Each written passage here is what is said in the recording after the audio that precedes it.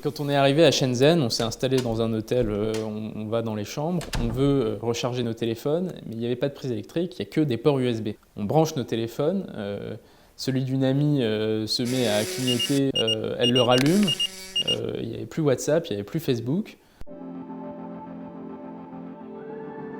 Emmanuel Ea, je suis responsable innovation à Matrice. Je suis allé en Chine dans le cadre du master en management de l'innovation de l'école polytechnique pour un voyage d'études où nous avons rencontré plus d'une vingtaine d'entreprises chinoises. On a dans l'imaginaire collectif, on avait du moins jusqu'aux dernières années, une idée d'une Chine qui finalement faisait de la mauvaise qualité, faisait du rétro-engineering, de technologies largement développées dans le monde occidental.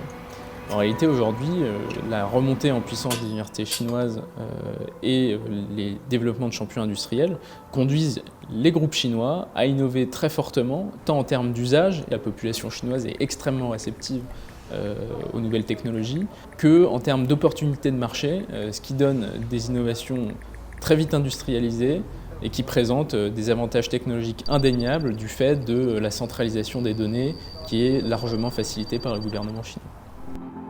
Ce qui a changé fondamentalement, c'est que la Chine a décidé de construire sur son territoire les moyens de son succès.